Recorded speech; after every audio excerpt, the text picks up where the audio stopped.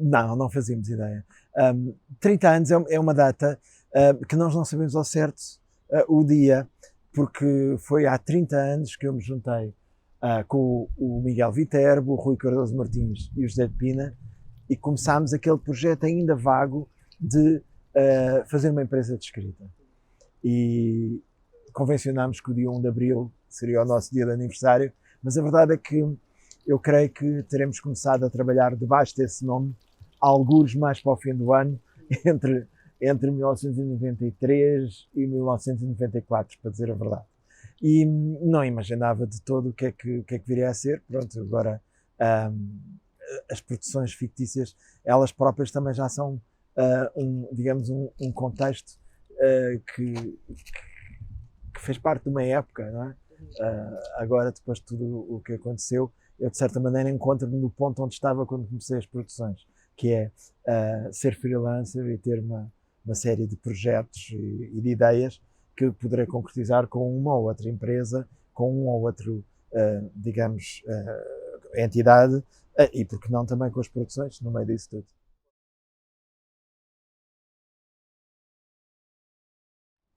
Talvez eu não seja a pessoa ideal para fazer esse julgamento, estou demasiado por dentro, mas parece-me evidente que as produções fictícias tiveram um papel de convocar uma série de pessoas que estavam dispersas, muito novos, alguns deles, e pô-los a trabalhar em conjunto em projetos de humor e, de certa maneira, creio que contribuímos para a renovação do humor em Portugal. Isso parece-me quase um dado objetivo.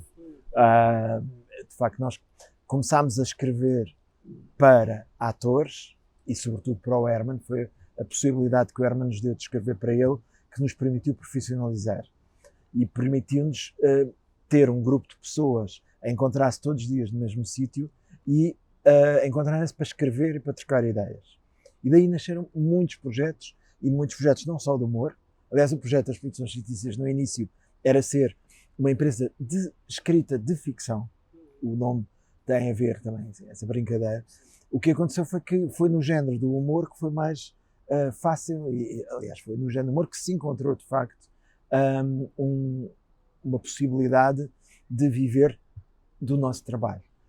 Como eu disse, sobretudo por causa do Herman, logo depois veio um outro trabalho que foi muito importante também, que foi a Contra-Informação, e esses dois pilares tornaram-se as nossas bases para depois podermos fazer as outras coisas todas, a experimentação que queríamos.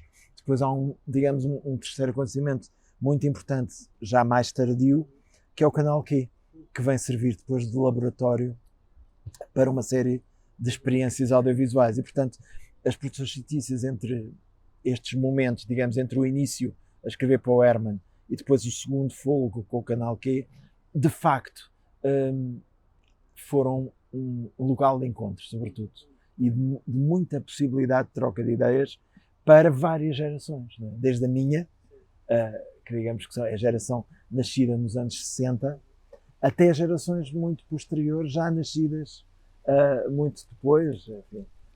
E, portanto, foi de facto um momento muito efervescente e muito estimulante da minha vida profissional.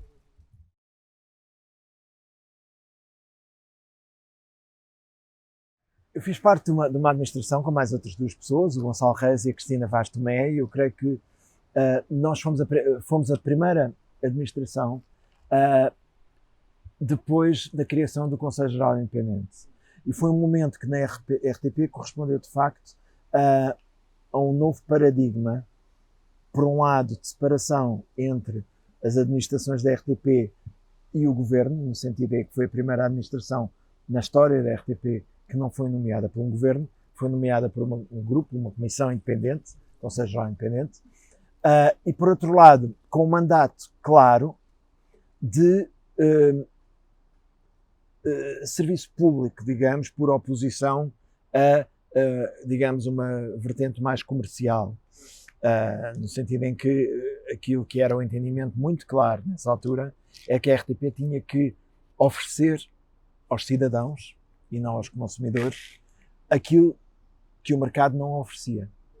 Se eu pudesse resumir numa palavra, a diversidade.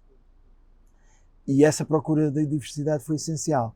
Aquilo que eu acho que foram as marcas mais fortes do que nós deixámos, creio, mais uma vez talvez eu não seja a pessoa ideal para fazer esse julgamento, mas eu diria também com alguma objetividade que aquilo que me parece mais forte no que nós deixámos foi termos conseguido digitalizar o arquivo com fundos europeus e abri-lo a toda a população, ou seja, disponibilizá-lo gratuitamente a todos e iniciar uma digitalização que continua. Portanto, é o maior ativo da RTP, é o seu arquivo. Esse foi um passo muito importante. A nível da informação, julgo que foi muito importante tirar das antenas os políticos no ativo, digamos assim, e claramente virar a informação da RTP para uma lógica independente e, portanto, sem qualquer interferência do poder político. A nível da programação, creio que foi muito importante a opção que fizemos por acabar com as telenovelas no prime time e fazer uma aposta muito clara na produção regular de séries. A RTP produzia muito poucas séries por ano e dava a primazia, tal como aos privados, às séries de longa duração ou mesmo às telenovelas. E nós estabelecemos que a missão da RTP deveria ser também, dentro da lógica da diversidade, promover a diversidade audiovisual. E, portanto, desde logo, iniciar a produção como, em linha com o que estava a ser feito um pouco em todo o mundo e na Europa, a produção de séries e de séries diferentes produtores, diferentes tipos de séries. Portanto, foi iniciada e com o objetivo de produzir por ano não menos do que 8 séries. Inicialmente ainda com pouco investimento financeiro, mais tarde estimulando muito as coproduções e as coproduções internacionais. Portanto, isso acho que foi um momento muito importante e acho que hoje estamos a colher frutos dessa aposta, no sentido em que hoje há uma produção regular de séries. Também, dentro da lógica da diversidade, a aposta nos documentários também creio que foi forte. A nível das rádios, a definição dos perfis das rádios melhores, portanto, melhor definição dos perfis das rádios, nomeadamente com reforço, digamos, da identidade da Antena 2 e da Antena 3. Finalmente, e de maneira também muito concreta, a aposta na renovação do Festival da Canção.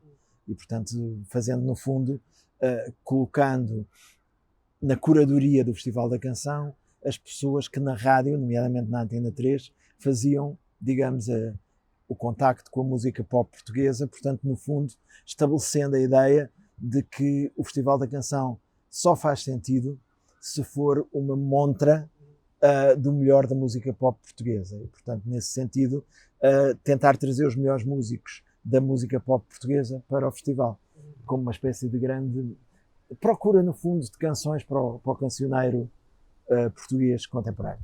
Pronto. Finalmente, e de uma maneira mais geral, a grande aposta é a digitalização, no sentido em que a RTP não é a RTP1 mais umas coisas à volta. O ativo mais importante da RTP são as suas plataformas. Já falei na RTP Arquivos, portanto eu diria conceber a RTP de uma outra maneira, que é uma plataforma chamada RTP Arquivos, outra plataforma chamada RTP Play. E depois um conjunto de canais que, digamos, que acompanham mais o presente, ou numa lógica de acontecimento, por exemplo, os canais de informação, ou numa lógica de curadoria, por exemplo, a RTP2, com programação selecionada. Mas o centro da RTP, parece-me, devem ser cada vez mais as plataformas. E dentro das plataformas, por exemplo, uma das coisas fundamentais é a RTP Play poder ter um espaço para experimentação, digamos, para pesquisa e desenvolvimento, que será o RTP Lab.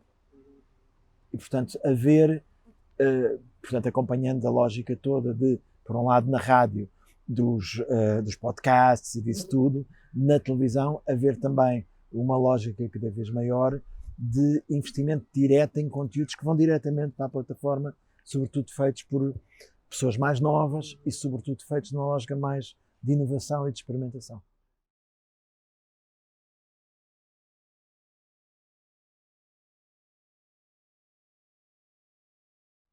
esse tipo de situação digamos, um, um ápice, de certeza. Ou seja, eu acho que não foi feito declaradamente e conhecendo a pessoa em causa, não foi feito com qualquer intenção digamos, de controlar. Eu acho que foi mais feito para dar uma justificação ao seu setor, mas em qualquer dos casos foi um erro, ou seja, muito sinceramente não devia ter sido feito, mas a situação está ultrapassada. Acho que ninguém neste momento tem ideia de que há uma tentativa de controle da RTP. Isso já não é possível por parte do governo. Não, os mecanismos que foram estabelecidos, o Conselho Geral Independente, a independência da administração, a independência das direções de programas, criam uma série de barreiras para que isso aconteça.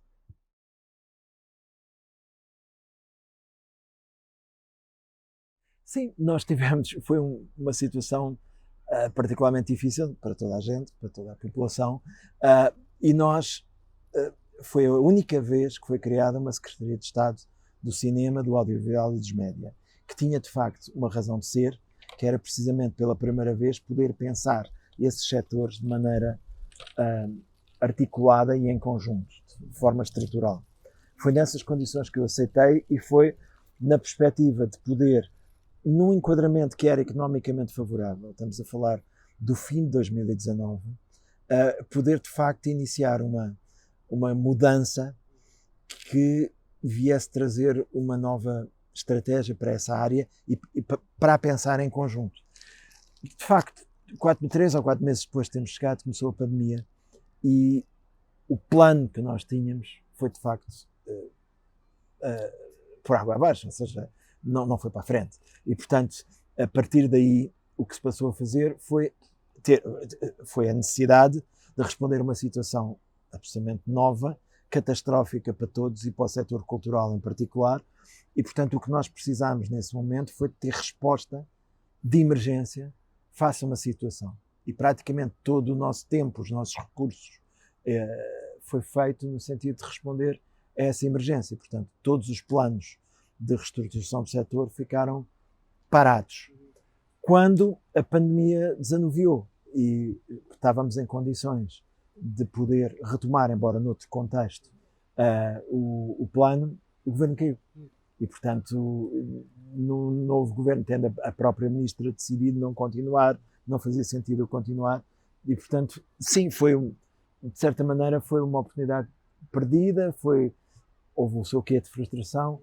Apesar de tudo, ainda me sinto que foi possível fazer uma coisa que há muito tempo era sonhado no setor e que foi possível realizar com os dinheiros do PRR, que foi precisamente também a digitalização, como da RTP, do cinema português. Portanto, o plano de digitalização de todo o cinema português foi iniciado.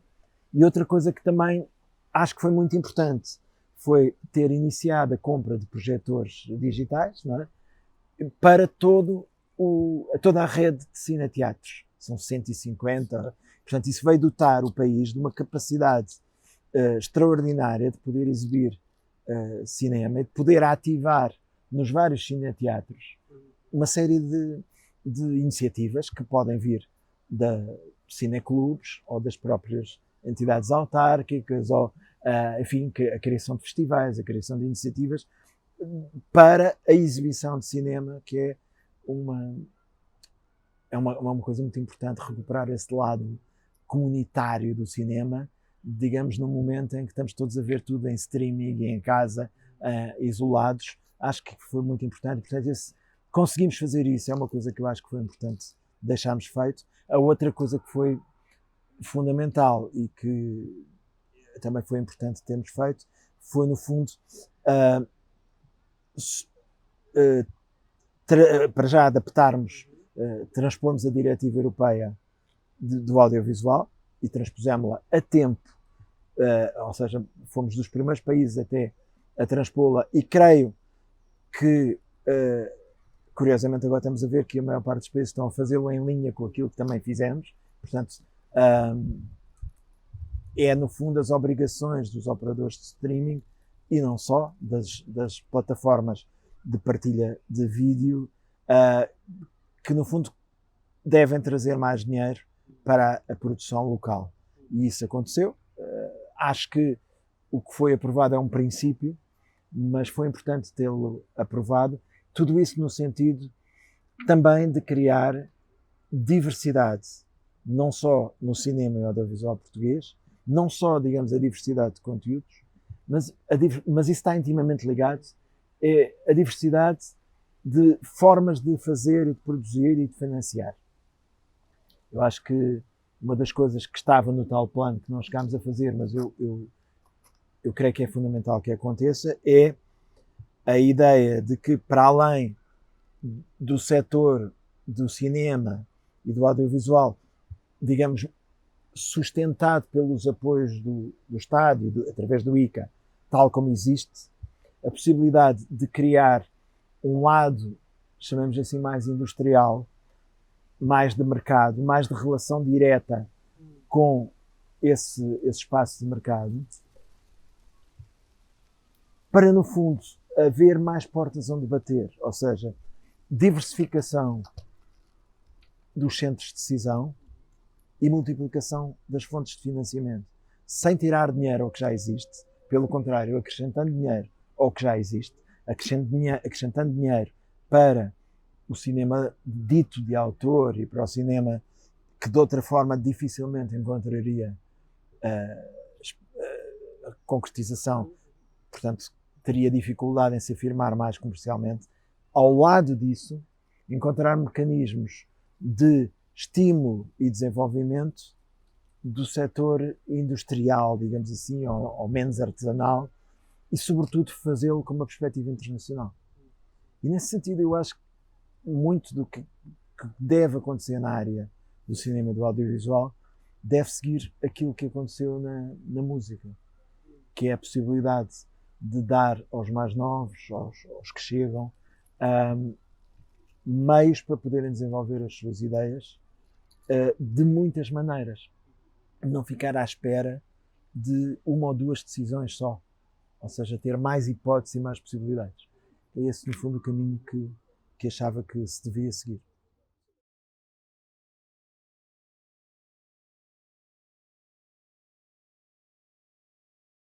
Esse Sol tem uma história que eu acho que já de si é cómica, que eu estive para apresentá-lo.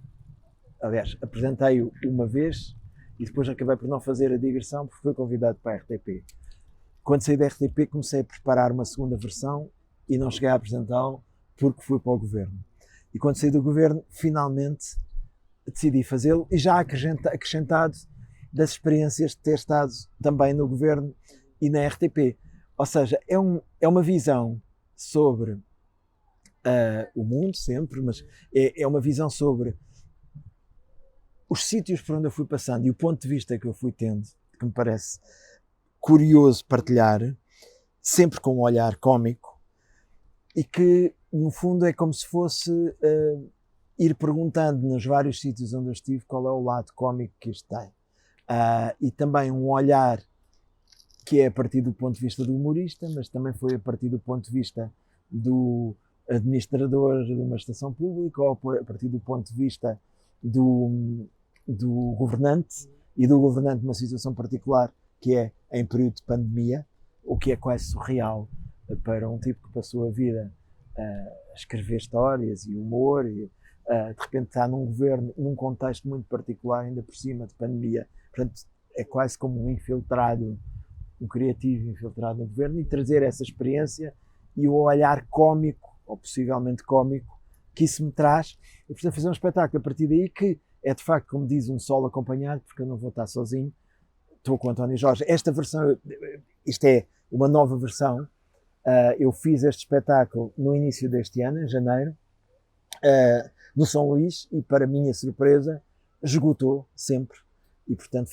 éramos para ter feito 7 ou 8 sessões, acabámos por fazer 20, sempre com sala esgotada, numa sala pequena, é certo, mas esgotado, e depois senti que havia mais vontade havia mais gente que gostava de ver. Depois, por circunstâncias pessoais, não pude fazê-lo logo a seguir, e foi possível agora, e é arriscar uma sala maior, e portanto vamos fazer de facto em 2 salas, uma em Lisboa no Tivoli, o que para mim é uma novidade, poder fazer o solo numa sala grande, e depois no Porto, no Sá da Bandeira, e é o mesmo espetáculo, mas digamos acrescentado do que aconteceu este ano.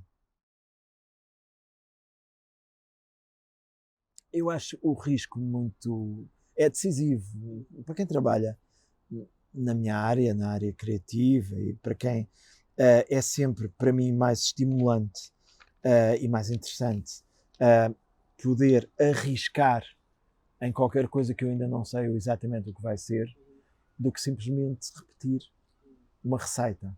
E, portanto, toda a minha vida fiz isso. Toda a minha vida gostei mais sempre de tentar fazer coisas novas e, portanto, isso tem uma dose de risco, do que tentar ir pelo caminho que já tinha ido.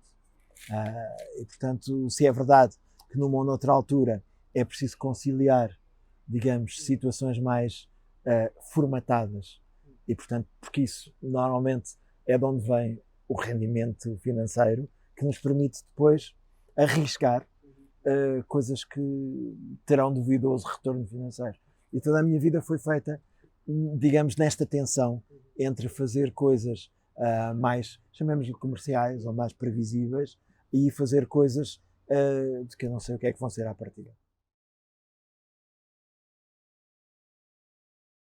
Eu tinha feito há relativamente pouco tempo, sempre fui fazendo ao longo da minha vida projetos para crianças, para serem lidos por toda a gente e também por crianças. E fiz um que me deu muito gozo, chamado O Grande Zigomático, um livro que fiz com o Pierre Prat, e agora decidi fazer um novo livro e desafiei o João Fazenda para o ilustrar. E é um livro que vai sair em outubro e que se chama A Teoria Geral das Amizades, e é um livro para todas as idades, e espero que seja divertido de ler. É precisamente sobre qual a teoria por detrás das amizades, o que é que nos faz aproximar uns dos outros, o que é que nos faz ficar amigo deste ou daquele. É um bocadinho uma teoria geral, como há a teoria geral da gravidade, a teoria geral da amizade.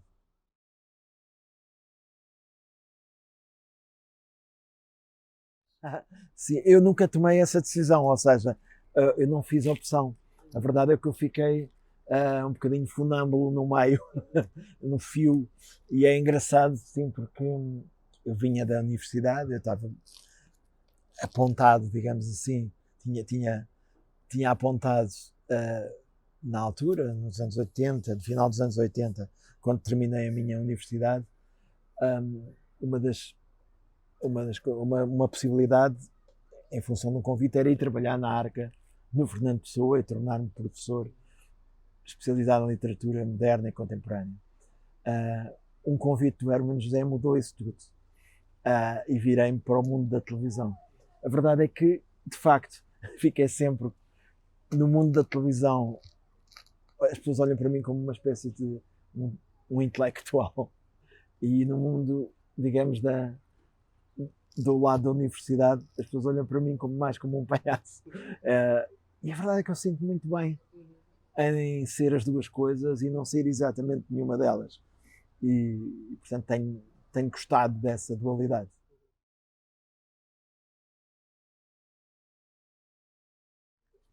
Vai variando. Agora, depende muito, não é? Quando estava nas produções fictícias, no início era chegar ao escritório, juntar-me com os outros e sentar-nos a ter ideias e a escrever. Pouco a pouco fui deixando de escrever e fui passando a fazer uma função mais de direção criativa.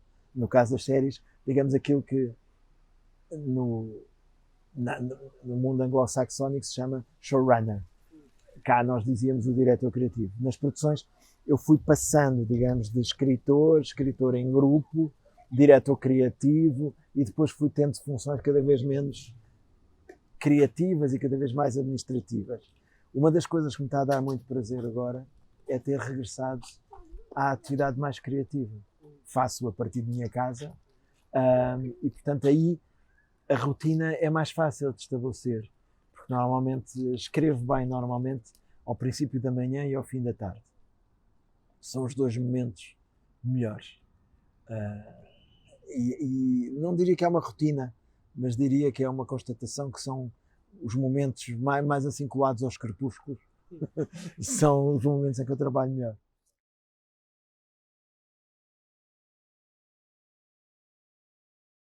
Nunca mais ler. Não, ao contrário. Nunca mais escrever. Sim, agora respondi ao contrário. Não, não, claro, prefiro ler.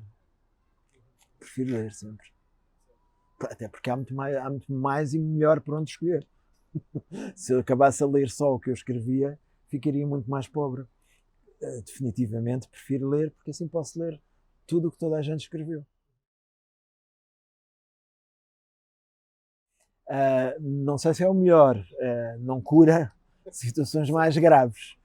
Aliás, não sei se cura alguma coisa. Acho, sobretudo, que nos dá aquele instante de felicidade, mesmo que seja muito fugaz, é ótimo. Ou seja, o riso é de facto uma manifestação física, mas ao mesmo tempo uma espécie de relâmpago mental que nos faz inegavelmente muito bem. Nuno, muito obrigado. Obrigado.